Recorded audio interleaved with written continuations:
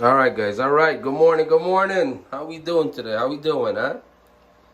All right. So I just finished putting in a couple more baffles. I actually put these two baffles here and that one right there. I siliconed it with silicone, obviously, but I know they said that silicone really don't hold that well on acrylic. But I'm gonna try it out and see how it works. I really am gonna try it out. I'm gonna actually took me a couple days to actually do this because, well, this one took one day. My hand could actually fit in here to silicone the bottom. But with this one here, it was kind of tricky because my hand really can't fit in between here, you know. So basically, what I did, I put the baffle in, and I kept it a little snug. And I took a Sharpie. Let me see if you guys can see the line. Yep, there we go. I took a Sharpie and I drew a straight line all the way from there, the bottom, and up the side acrylic there. And I removed it. Then I just globbed on some silicone and pushed back the baffle in place. And I had to leave it there to dry 24 hours.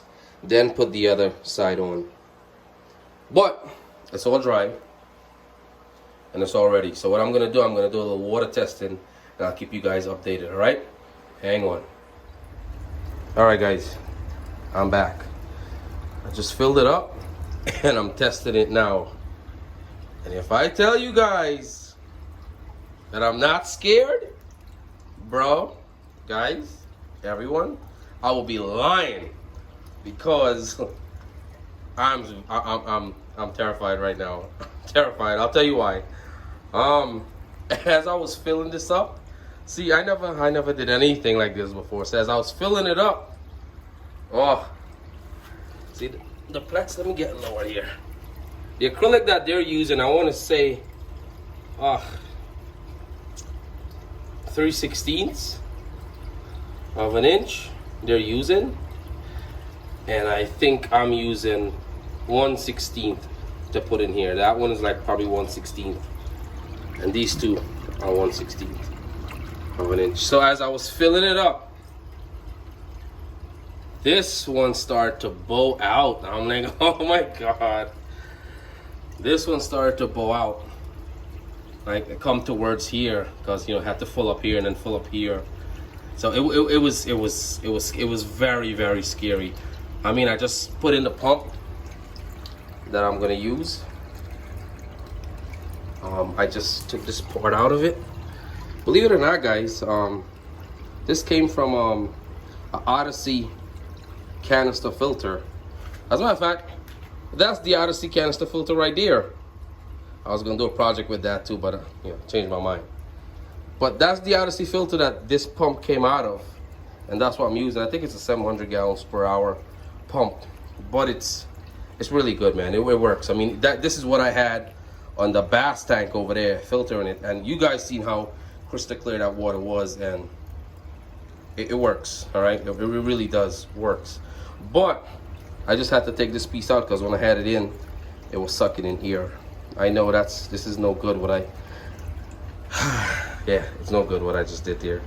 I mean, it works for the time being. It's gonna go in the Stingray tank, and nothing is gonna go down my filtration system to be sucked up, because it's gonna have to, it's gonna have to pass through the pads, the biological media before it actually get back to the return pump. Nothing really is gonna actually be sucked in by the return pump, but I definitely need to do something better than this, because listen, I try, guys. Okay, I try.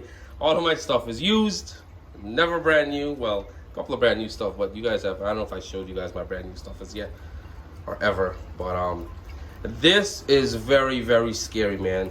That one start to bow in. Now they all look good. This one is a little bowed a little bit. You guys can see that right there. It's a little bowed out because the water dropped like an inch where the pump is right now. So it's bowed out a little bit, as you can see from the top. I'm giving you a top view right there, so you guys can see. But I still have to modify this. I thought I was done today. I was gonna set it up. I don't think I'll be able to set it up today because of a couple of reasons. I'll show you why. Oh man, there, just dropped that. So this is the reason why. Gotta get on my knees over here, guys. Sheesh. I have no space. So this is the reason why. As you can see, this is underwater. It's at least an inch underwater. So what I'm gonna have to do, I'm gonna have to actually cut a hole in the bottom right there. I'm gonna have to cut a hole in the, not on the bottom. It has one on the bottom already. Water's actually coming through the bottom. But what I want to do, I want to cut a next piece right there, like, or probably just cut off. I don't know. I'll figure it out. I'll figure it out, guys. I'll figure it out. I got to do the math here. But it's scary, man. I mean, let me show you guys this. That blue mark right there, that's where my water line is, and I'm supposed to stop right there, and it's way above the water line recommended for this system here. So yeah, I think I'm gonna have to like suck it up, spend some money, and get a professional or a better sump that will work properly. And I gotta stop cheaping out like I normally do. But I gotta figure this out though. I really want to figure this out. I really want to. Let me know what you guys think, man. If you think this is safe. I don't know. I don't think it's safe because of the water line. The water line right there. I don't think it's safe. I don't know. I'll figure it out. All right, guys. I'll keep you updated as I go along. Hold on. All right, guys. We're back. So that was a fail. That was a complete fail. I got scared of how high the water was, and I just removed. Let me get down here. I just removed all of the acrylic sheets that I had in there, silicone. I removed them. I removed them all. See? And I put in I put back in how it was originally. That's exactly how it was, with a bunch of bio bowls in there. I didn't set it up as yet, but I put it in. And what I'm gonna do, ooh, that looks like, oh, that's the cut inside on the bottom. I was like, that looks like a crack. Where did that come from? But anyways, what I'm gonna do, the waterline level thingy, the markers on the other side. So what I'm gonna do, I remember it was right there where this shelf is. That's where the water line is on the other side. So I know where the water line should be. But what I'm gonna do, I think I'm gonna raise the water line probably an inch or two above that, which I think it should be fine. I'm gonna raise it, and that's how I'm gonna set it up, just so I could have my my biological media in here submerged properly. So I'm just gonna raise it up a little bit, and I think it should be perfectly fine. I'll do the math on my water on the in the sump and in the tank up top. I'll do the math and I'll figure out exactly how it is or what I need to get it at. So just in case if there's a power outage or something, I wouldn't fill this up and overflow the sump. But yeah, that was definitely a fail attempt.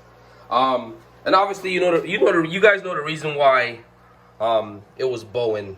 The reason why it was bowing because the acrylic that I used was half the size of what the sump is made from. So of course the weakest point is gonna bow. So I don't really want to do that. I don't want to bow it, and I don't want to keep it too high on this. Nah, I don't want to do that. Especially when it comes to water reserved in the tank, just in the sump tank, just in case the power goes out.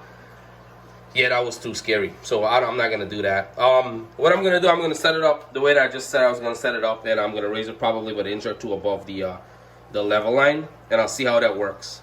If this does not work, and I'll do a power shutoff test on my next video, whatever the case may be, and I'm gonna test it out. And if it does not work, you know what, guys, I'm gonna have to suck it up and get something better than this. But that's all I got for you guys today. Please don't forget to like, share, subscribe, comment, You know, everything helps. Just want to thank you guys for following along with me and keeping me motivated, you know? So, thanks a lot, guys. Thanks for everything. Until next time, peace.